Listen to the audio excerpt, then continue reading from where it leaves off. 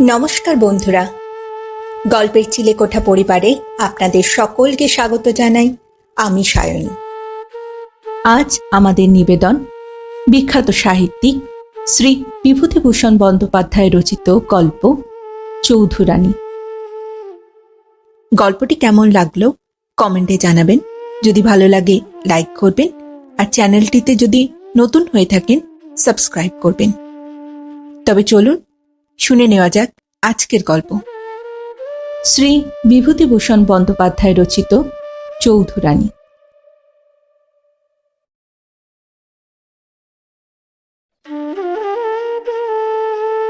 এই ইতিহাস আজকালকার দিনে শোনাবার মতো বলেই শোনাচ্ছি। যদি লিখে রেখে না যাই, এ কথা কেউ জানতে পারবে না। অনেক লোকের উপকার হবে পড়লে এই বিশ্বাসেই লেখা। আমার ছেলেবেলাতে গ্রামের ওপাড়ায় রামলাল কাকার হাঁক ডাক ছিল। সমস্ত মালপাড়ার লোকে তার প্রজা। তার মুখের হুকুমে 100 জোয়ান মরদ লাঠি হাতে এগিয়ে আসত। শক্ত হাতে লাঠি না ধরতে পারলে তখনকার দিনে পাড়া গায়ে জমি জমা রাখা যেত না। জমি নিয়ে দাঙ্গা, জমির ফসল লুটতরাজ, এসব ছিল নিত্য নৈমিত্তিক ঘটনা। রামলাল কাকার প্রথম পক্ষের স্ত্রী আমার মায়ের চেয়ে 3 বছরের বড়। তিনি ছিলেন মায়ের সই। তাকে সইমা বলেই ডাকতাম। সইমা লোক ভালো ছিলেন বলে শুনিনি। সারা বাল্যকাল ধরে তার নিজের শাশুড়ির সঙ্গে তার জাহাবাজি ঝগড়ার কথা শুনে এসেছি। শাশুড়িরা বউয়ের ওপর অত্যাচার করে এ কথা বাংলাদেশে সবাই জানে, কিন্তু অত্যাচারিতা অনেক বধূ তখন আমার এই সইমার নামেই পুলকিত হয়ে উঠত। এমনই এক নিপীড়িতা বধূকেই আমি বলতে শুনেছি ঘাটের পথে, বউ বলতে বউ হলো ওই ওপাড়ার হরির মা। আমরা জন্মেছি ছাগল ভেড়া। শাশুড়িকে কি করে ছেঁচতে হয় তা দেখিয়ে দিয়েছে। তার সঙ্গিনী বললে, কাল নাকি সেজগিন্নির মুখে বউ কেরোসিনের টেমি ছ্যাঁকা দিয়েছে। সেজগিন্নি তাই সহ্য করে বাপু। আমাদের মতো শাশুড়ি যদি হতো। সহ্য না করে উপায় কি বলো? যাহাবে যে বউ, যে পেরে না উঠলে সহ্য করতে হচ্ছে বই কি। ধন্যী মেয়ে বটে। আষাঢ় মাসে 2 দিন খেতেই দিল না শাশুড়িকে। মুখের জোরে দাঁড়াবে কে সামনে? সেজগিন্নি কমও নাকি? শাশুড়ির সঙ্গে ঝগড়া করবার সঙ্গে রণরঙ্গিনী মূর্তি ধরে। অমন বউ ঘরে ঘরে হলে শাশুড়িরা জব্দ, বুঝেছ? আমরা বাবু পারিনি, অত ভয় করে। সেই জন্যেই ঝাঁটালাটি খাচ্ছে উঠতে বসতে। কাল হয়েছে কি, মুগের ডাল রোদে দেওয়া ছিল। বৃষ্টি এসেছে কখন দেখতে পাইনি। খোঁকের কাঁথা সেলাই করছি। ওমা, সে কি গালাগাল! আচ্ছা, গালাগাল না হয় দিলে, কিন্তু বাপু বাপ ভাই কি দোষ করলে? তাদের তুলে গালাগালি দাও কেন? হ্যাঁ, আর বলবো কি, নিজেই দুবেলা সচক্ষে দেখছি, সকর্ণে শুনছি। হাড় ভাজা ভাজা হয়ে গেল ভাই। এক সময় মনে হয় একদিকে বেরিয়ে যায়, আর ভালো লাগে না। সইমা দেখতে শুনতে ভালো ছিলেন। সবাই তাকে সুন্দরী বলতো। আর 5-6টি ছেলে মেয়ে ছিল তার। বড় ছেলেটি বুদ্ধিমান, কিন্তু অবস্থাপন্ন ঘরের ছেলে। বিশেষ লেখাপড়া শেখেনি। অল্প বয়সে জমিদারি সেরেস্তায় নাইবি কাজে ভর্তি হলো। এই সময় সইমা মারা গেলেন। রামলাল কাকা আবার বিবাহ করলেন। কয়েক বছরের মধ্যে 3-4টি ছেলে মেয়েও হলো। কিছুদিন পরে রামলাল কাকা আবার বিপত্নিক হলেন। প্রায় সঙ্গে সঙ্গেই আবারও বিবাহ করলেন। তৃতীয় পক্ষের স্ত্রীরও 5-6টি ছেলে মেয়ে হলো। মাঝের পক্ষের প্রথম সন্তানের নাম আশালতা। বেশ সুন্দরী মেয়ে।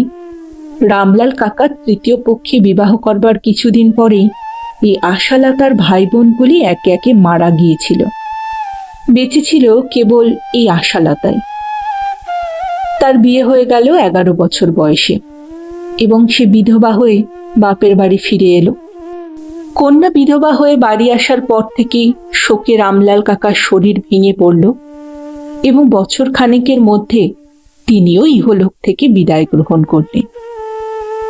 অবশ্যই এর মুখ্য কারণ কন্যার বৈধব্য নয়, কেননা রামলাল কাকার মৃত্যু হয়েছিল বসন্ত রোগে।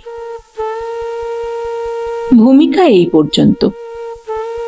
এখন আসল কাহিনী শুরু করা যাক। আমাদের ইতিহাস প্রধানত আশালতার ইতিহাস। ব্যাপারটি এখন দাঁড়িয়েছে যা তা এখানে আর একবার বলি। রামলাল কাকার মৃত্যুর পর সংসারে এখন কর্তা হয়ে দাঁড়ালো ওর প্রথম পক্ষের জ্যেষ্ঠ পুত্র শরৎ। শরতের তখন বিয়ে হয়েছে এবং 2টি সন্তানও হয়েছে। শরতের ছোট ভাই সনতও লেখাপড়া বিশেষ শেখেনি, সে গ্রামেই ধানের ব্যবসা করে। প্রথম পক্ষের মেয়ে কটির বিবাহ হয়ে গিয়েছে, তারা সকলেই শ্বশুরবাড়ি। রামলাল কাকার তৃতীয় পক্ষের ছেলে মেয়েগুলির বয়স কম। বড়টি ছেলে, তার বয়স এই সময় মাত্র 8। রামলাল কাকা সম্পত্তিওয়ালা লোক ছিলেন। বড় ছেলে শরৎ এমন দুষ্টু ফন্দি সব আঁটতে লাগলো যাতে তার নাবালক বৈমাত্রেয় ভাই বোনগুলি সম্পত্তির উপসত্ত্ব থেকে বঞ্চিত হয়। এভাবেই অরাজকতা চলল 2 বছর। শরতের বিমাতা মুখ বুজে সব সহ্য করেন। তিনি গরিব ঘরের মেয়ে, তৃতীয় পক্ষে স্ত্রী হয়ে এসেছিলেন এ সংসারে। যা জোর ছিল এখানে, বিধবা হওয়ার সঙ্গে সঙ্গে সেটুকু গিয়েছে। দুর্দ্বন্দ্ব প্রতাপ সৎ ছেলেকে কিছু বলতে সাহস করবেন কি করে? নিন্দনে চোখের জল ফেলেন। তার ছেলে মেয়েরা বিষয় সম্পত্তির কি বোঝে? মহা আনন্দে লাট্টু ঘোড়ায় ঘুড়ি ওড়ায় পথে পথে, মাঠে মাঠে। শীতকাল, সকালবেলা শরৎ এক বাটি মুড়ি খাচ্ছে বসে। এক্ষুনি চা খেয়ে সে বেরোবে। আশালতা হঠাৎ দৌড়ের গোড়ায় এসে দাঁড়িয়ে বলল, বড়দা। শরৎ মুখ তুলে বললে, কিরে? একটা কথা তোমায় বলবো।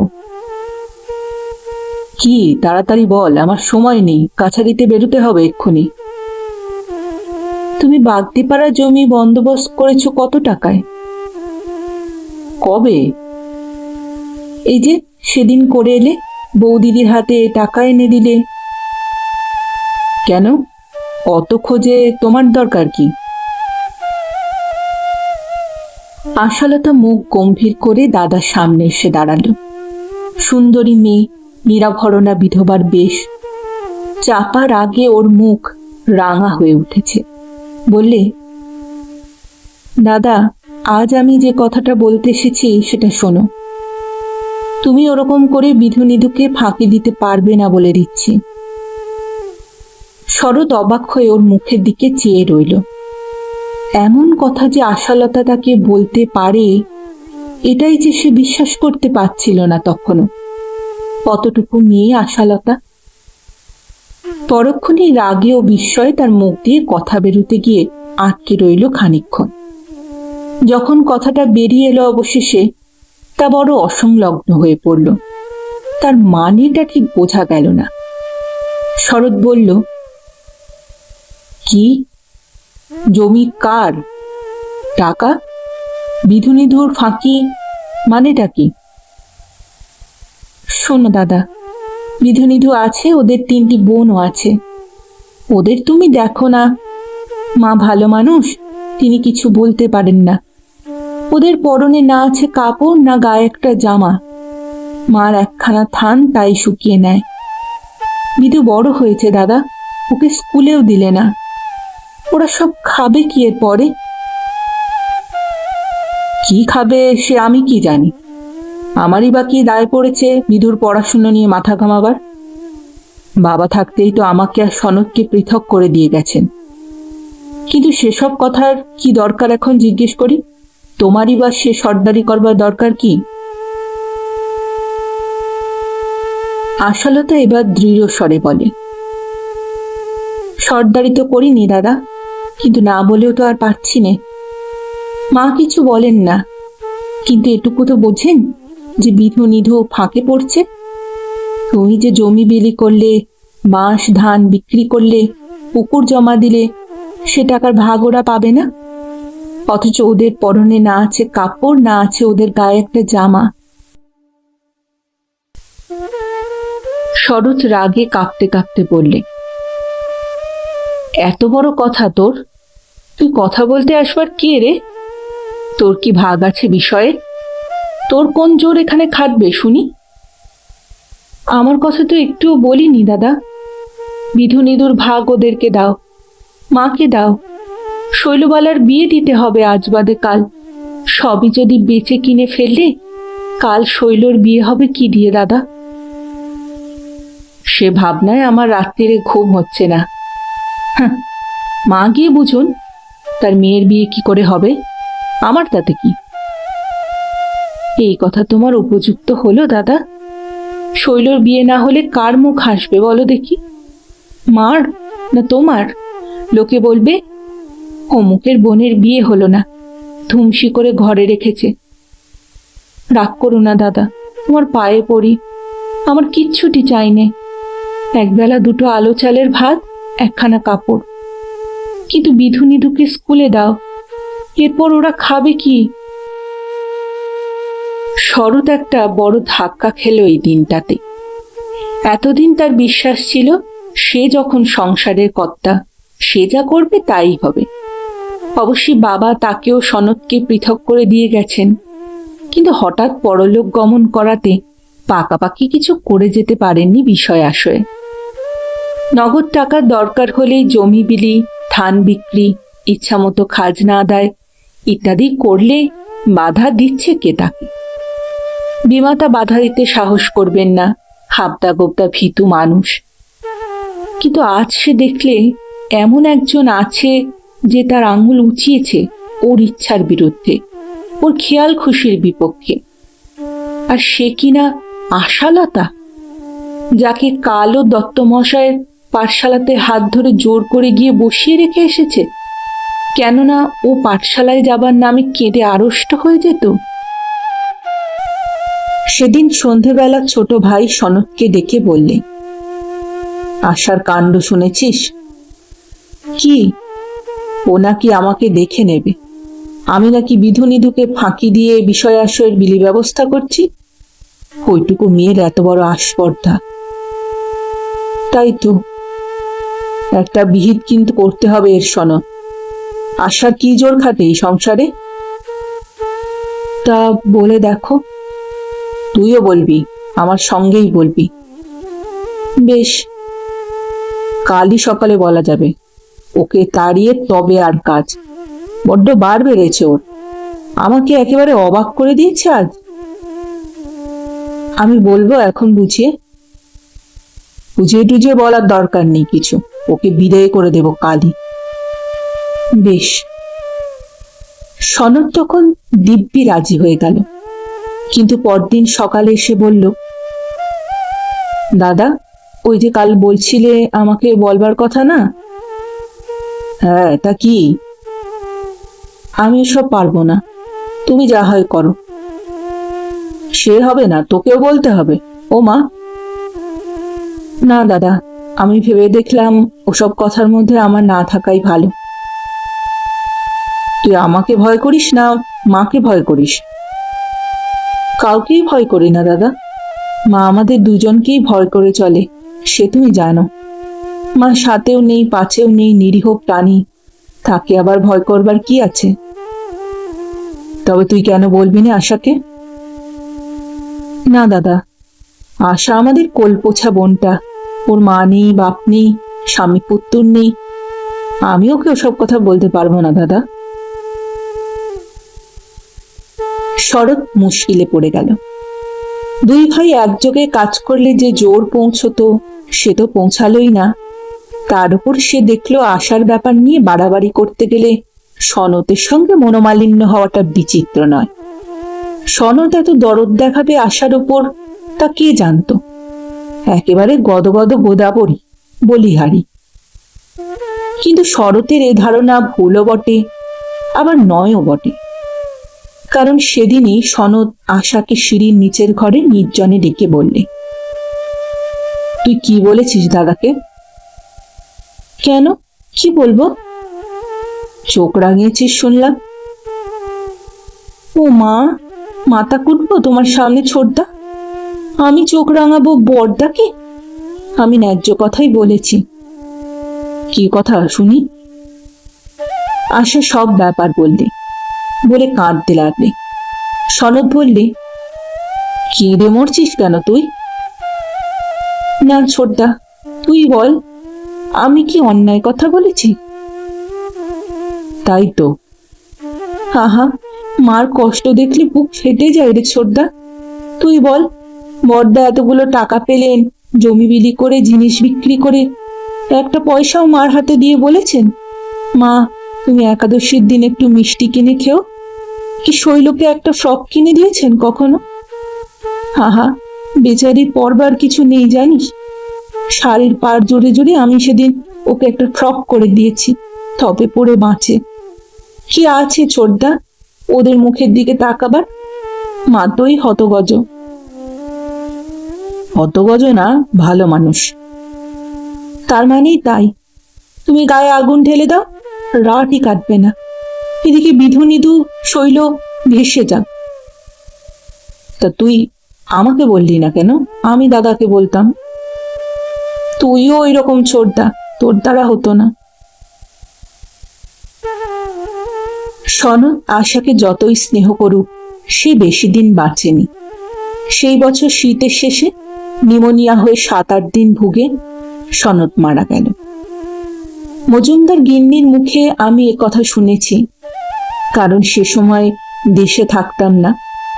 আশা নাকি দিনরাত মতির পাশে বসে সেবা করত, সারাদিন নাওয়া খাওয়া ভুলে গিয়ে। মজুমদার গিন্নি যার খুদ ধরতেন না, সে সত্যিই একজন বৃদ্ধ বা খ্রিস্ট। বাদ বাকি আর সবারই খুদ খুঁজে বেড়াতেন। সেই মজুমদার গিন্নি বললেন, সৎ মায়ের পেটের বোন বটে, কিন্তু নিজের বোন কমই আছে আজকাল যারা অমন করে ভাইয়ের সেবা করে। ওর মুখে ওইটুকু কথার মূল্য অনেক। সনতের মৃত্যুর পরে সংসারে শরতের আধিপত্য দৃঢ়ভাবে প্রতিষ্ঠিত হলো। বাধা দেবার আর কেউই রইল না।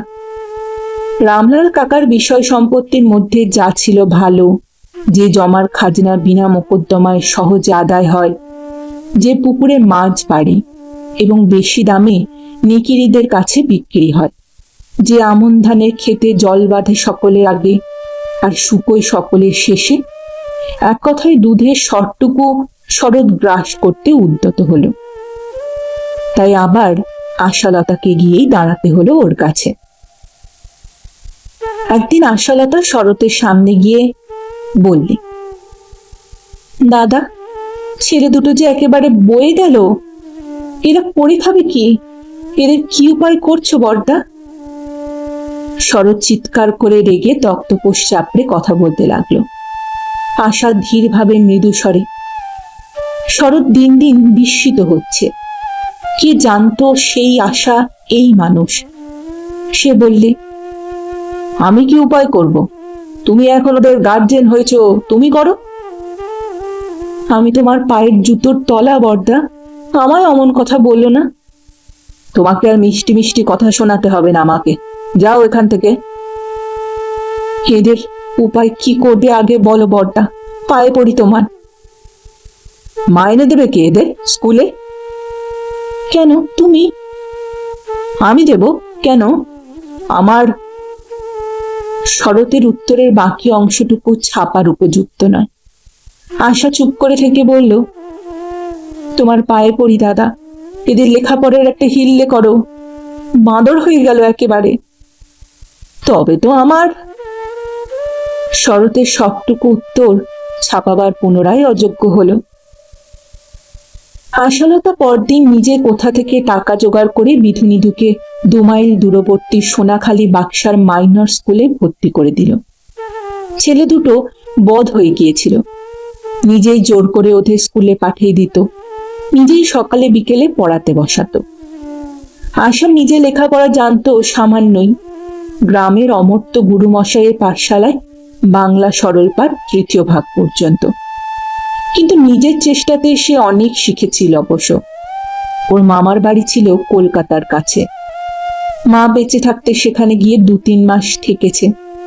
ওখানেই একদিন মামিমার সঙ্গে সে দক্ষিণেশ্বর গিয়েছিল, রামকৃষ্ণ পরমহংসের কথা শুনেছিল। আমিও আশার কাছে একখানা কথামৃত দেখেছি। আশা রামায়ণ মহাভারত পড়তো, গীতা দুবেলা পড়তো, কবিতাও কিছু কিছু পড়তো। সৎমাকে বলতো, নিধু খুব বুদ্ধিমান মা, ও পড়লে মানুষ হবে। মা বলতো, আর বিধুকে কেমন দেখলি? বুদ্ধি নেই এর মতো, তবে কিছু হবেই। তুই চেষ্টা কর, ঠিক হয়ে যাবে। আশা যেন উঠে পড়ে লেগে গেল নিধুকে মানুষ করতে। শয়নে স্বপনে ওর ওই এক ভাবনা, নিধুর এতটুকু বেচাল দেখলে নিজে শাসন করে, কড়া পাহারায় পড়াশুনো করায়। একদিনও স্কুল কামাই করলে ভাত দেওয়া বন্ধ করে দেয়। অথচ আশা বিধু নিধুর বয়সের থেকে খুব বেশি বড় নয়, 8 বছর কি 10 বছরে। পাড়ার লোকে বলতো, ওদের মা আর ওদের জন্য কি করে। আশা ওদের দিদিকে দিদি, মাকে মা। শরৎ অবশ্য চেষ্টার ত্রুটি করেনি ওদের সম্পত্তি ফাঁকি দেবার। আশা না থাকলে ওরা যে পথের ফকির হতো, এ কথার কোনো ভুল নেই।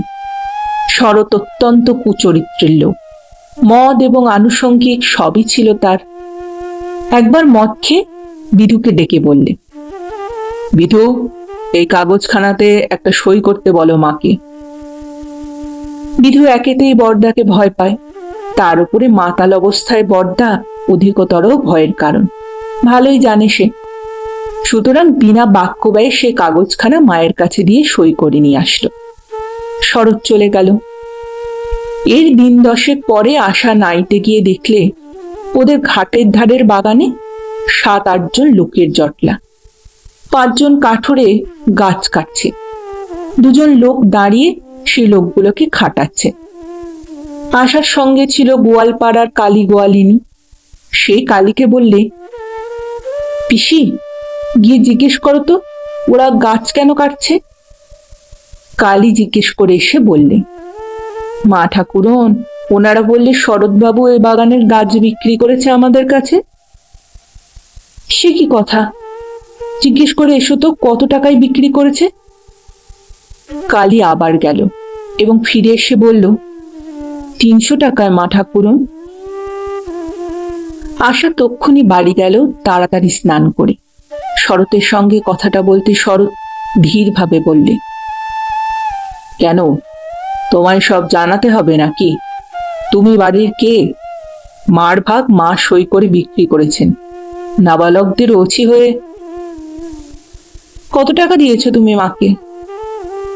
সে খোঁজে তোমার দরকার নেই, জিজ্ঞেস করে এসো। তাছাড়া ও বাগানের গাছ কেটে বিক্রি করার ক্ষমতা কি তোমার আছে? 50-60 টাকার ফল বিক্রি হয় বছরে। কেন বাগানের গাছ কেটে বিক্রি হবে? মা সই দিয়েছে। তোমার কাছে আমি সে কৈফিয়ত দিতে রাজি নই, যাও তুমি এখন।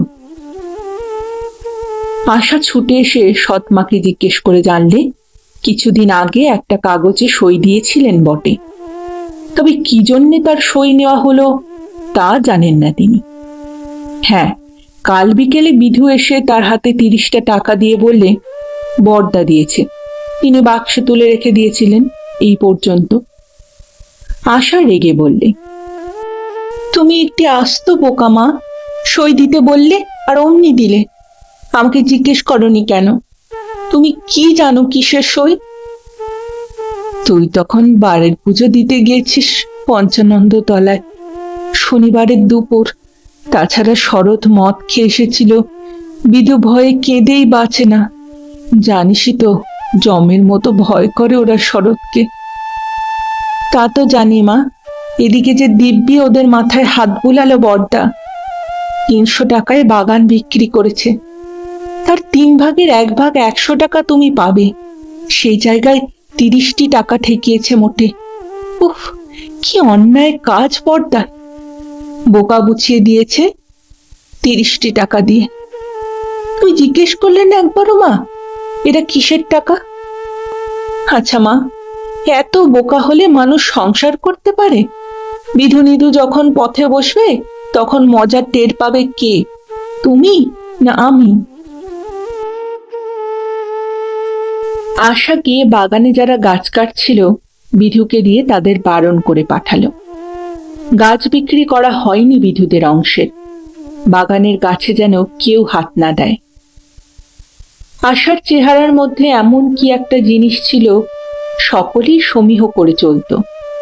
তারা টাকা নিয়ে দলিল লেখাপড়া করে নিয়েছিল আগেই, তবু আশার কথায় গাছ কাটা বন্ধ করল।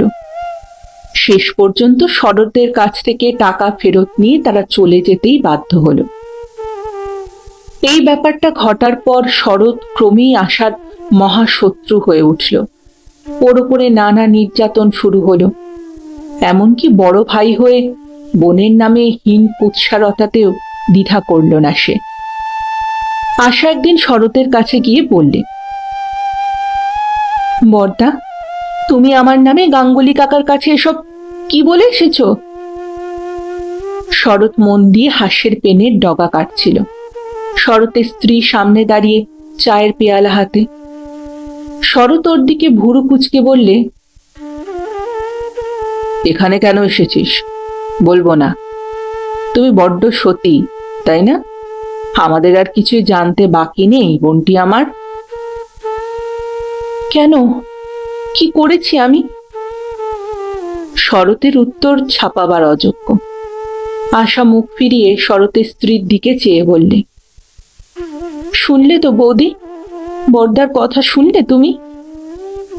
শরতের স্ত্রী স্বামীকে অনুযোগের সুরে বললে, কি যে বলো, কত বড় সমর্থ বোনকে ওইসব।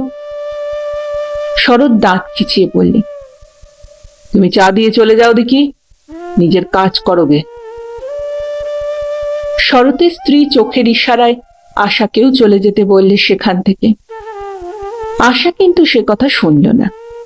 দুজনের ধুমধুমার ঝগড়া বেঁধে গেল।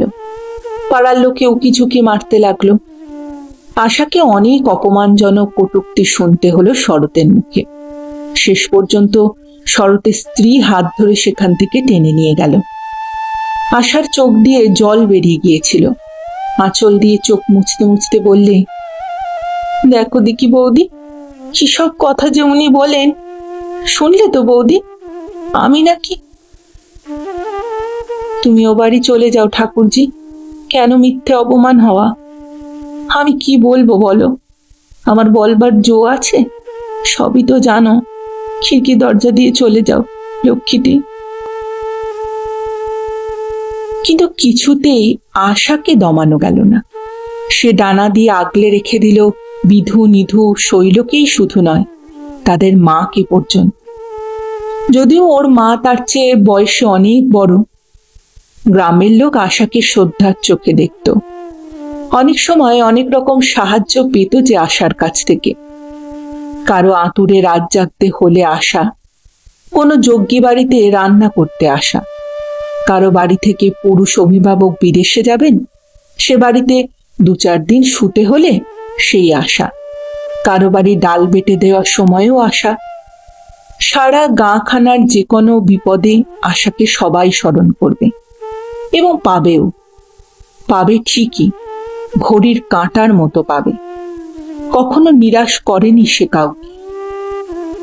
সেবার বৃদ্ধ বেনি হালদার ওকে বললেন, দিদি, একটা উপকার করতে হবে।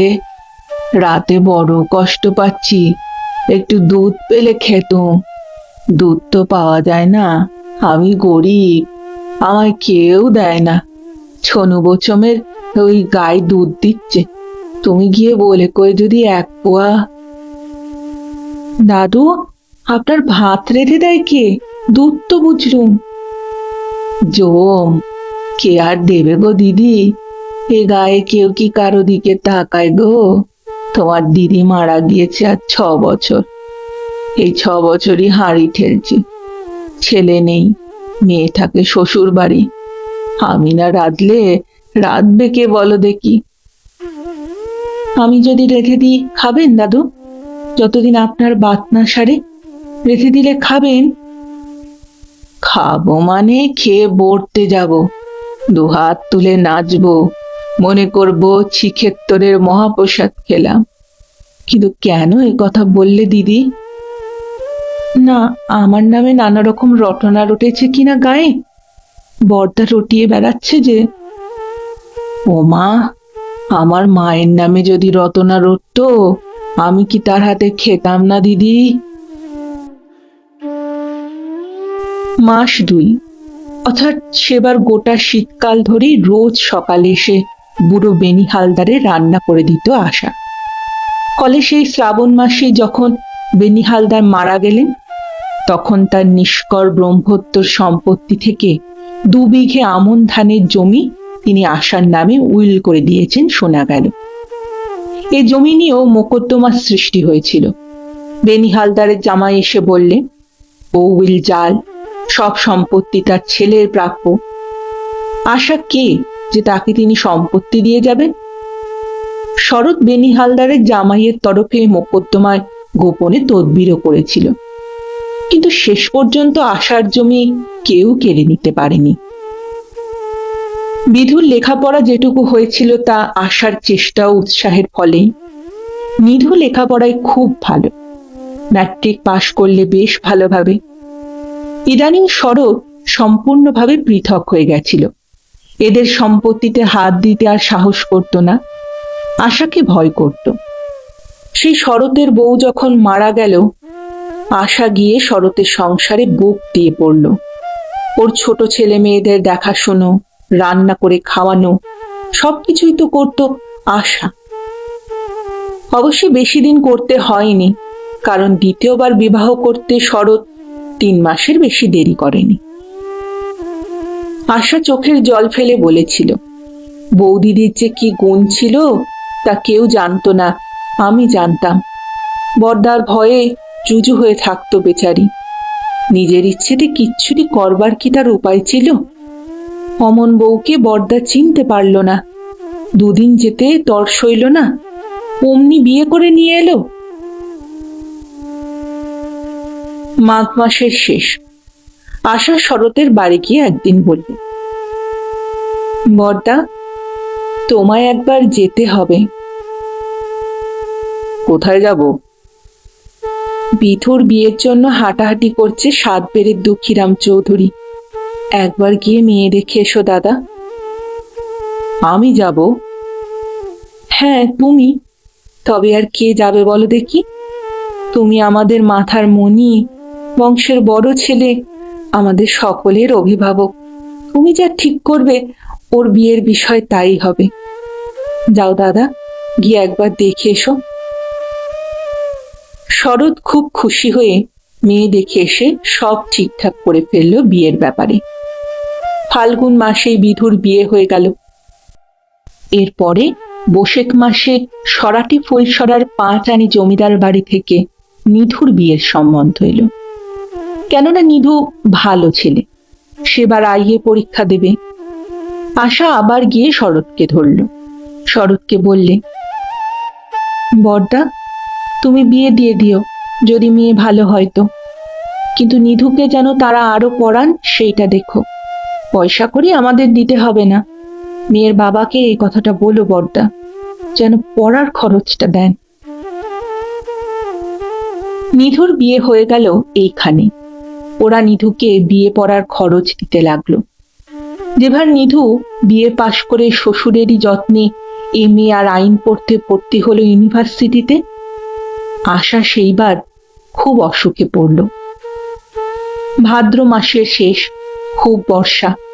নিধু কলকাতায়, বিধু মিরপুরে জমিদারি কাছারিতে কাজ করে। সস্ত্রীক সেখানেই থাকে। বাড়িতে কেবল বিধুর মা আর ওদের সকলের ছোট অবিবাহিতা বোন দুলা। আশা ডাক্তার ডাকতে দেবে না কিছুতেই। বিধু সামান্য রোজগার করে, ডাক্তারের খরচ পাবে কোথায়, এমনি সেরে যাবে, এইসব বলে। কিন্তু রোগ হঠাৎই বেঁকে দাঁড়ালো। দুলা দৌড়ে গিয়ে শরৎকে ডেকে নিয়ে এলো। শরৎ এসে বললে, কি হয়েছে মা, আশার নাকি অসুখ? ওদের মা কেঁদে বললে, বাবা শরৎ, তুমি বাঁচাও আমার আশাকে। ও আমার মেয়ে নয়, ও যে বিধু নিধুদের মা। আমি তো মিথ্যে মা হয়েছিল, কি করলাম কার? ওই তো করেছে সব, সর্বস্ব বিষয় বিক্রি করে দেওয়া আমার। কিন্তু মাকে বাঁচিয়ে তোলো। দুপুর থেকে মা আমার অজ্ঞান হয়ে আছে, 5 5.5 জ্বর, লোক চিনতে পারছে না, বিছানা হাতড়াচ্ছে।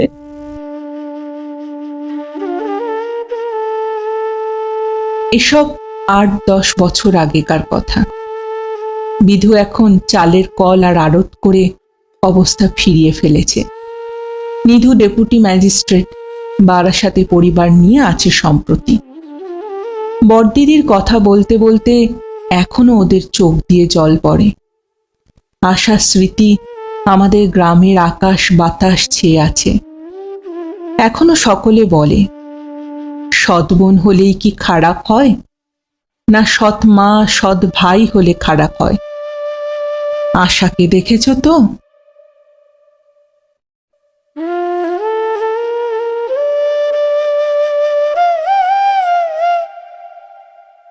শুনছিলেন আজকের গল্প শ্রী বিভূতিভূষণ বন্দ্যোপাধ্যায় রচিত চৌধুরানী। ফিরে আসছি আরেকটি নতুন গল্পের সাথে কিছুদিনের মধ্যে। ততদিন ভালো থাকবেন, সুস্থ থাকবেন এবং গল্পে থাকবেন। আর আমার গল্পের পাঠ ও উপস্থাপনা যদি ভালো লাগে তাহলে লাইক আর কমেন্ট করতে ভুলবেন না। আর অবশ্যই চ্যানেলটিতে যদি নতুন হয়ে থাকেন সাবস্ক্রাইব করবেন। এতে আমার উৎসাহ এবং কনফিডেন্স আরও বাড়বে। আজ এখানেই বিদায় নেব। আবার দেখা হচ্ছে। নমস্কার।